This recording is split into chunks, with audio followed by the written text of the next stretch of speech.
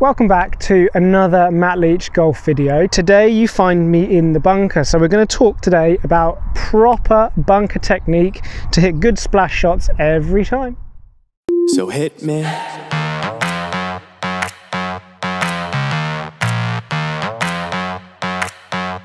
So hit me.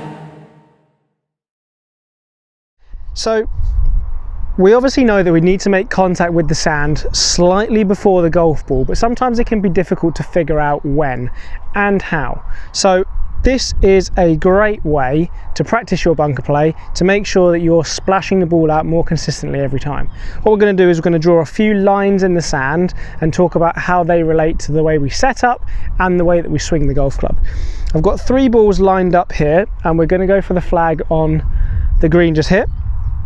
First line I'm going to draw is one directly straight back from the golf balls, and the second line I'm going to draw is one that's about a club head's width behind the balls. Now I'm just drawing these lines in nice and lightly. I don't want to gouge them into the sand like this, because that's going to have an effect on the club if I swing it. The first line is going to be for 2 things. One, ball position, which we want to be slightly forward of centre, just inside the left heel ideally. And the second thing it's going to be for is for shaft lean. We want the shaft angle to stay nice and neutral with a bunker shot, because we're really trying to get the bounce, the sole of the wedge, to be the part of the golf club which interacts with the sand. The reason for that, the leading edge of the club is very sharp, so if we make contact with that part, the club's just going to dig down into the sand and the ball's not going to come out very easily. Of course, the other thing that happens when we lean the shaft forward like that is that we de-loft the golf club, so we're going to struggle to get the ball high and out of the sand.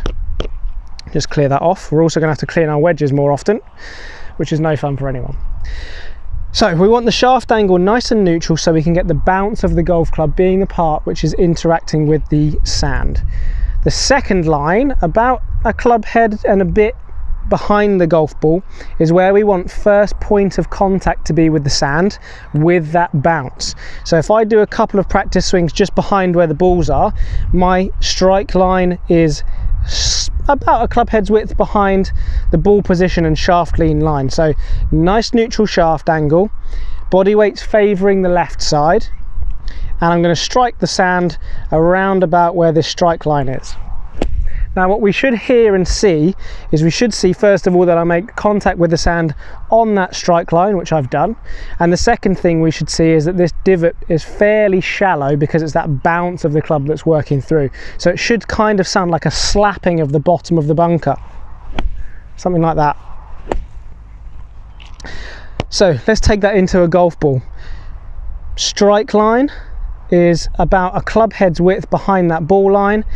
So we want ball position forward of centre, just inside the left heel, body weight favouring the left side, shaft angle is nice and neutral, so matching up with that ball position line here, and we're going to make contact with the sand on that strike line.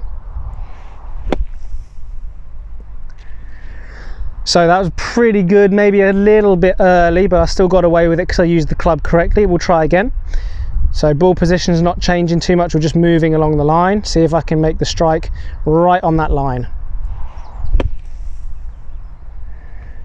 Good again, so just about on the strike line, pretty happy with that one.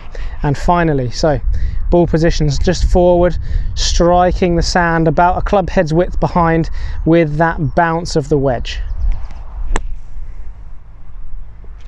Great. So I'm pretty happy with those 3 bunker shots. I've made contact with my strike line in about the right place, but the great thing about drawing these lines in when you practice is that you can get immediate feedback. If I've drawn my strike line in and I've caught the sand way too early because I'm trying to help the ball out, then I know what I've done, because I can see that my line is here and I've caught the sand super early. The same going for if I strike the sand way too late, I can quite quickly see what's happened and try and make an adjustment. But if you practice with those lines in there, it's going to give you much more feedback than practicing with nothing. It's also going to give you a lot more direction to the way that you correctly play a bunker shot.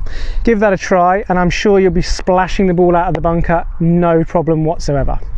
As always, if you've liked this video, please make sure you give it a thumbs up and subscribe to the channel so that you can keep up to date with all of the tips, course reviews, golf fitness and everything else coming your way. See you very soon.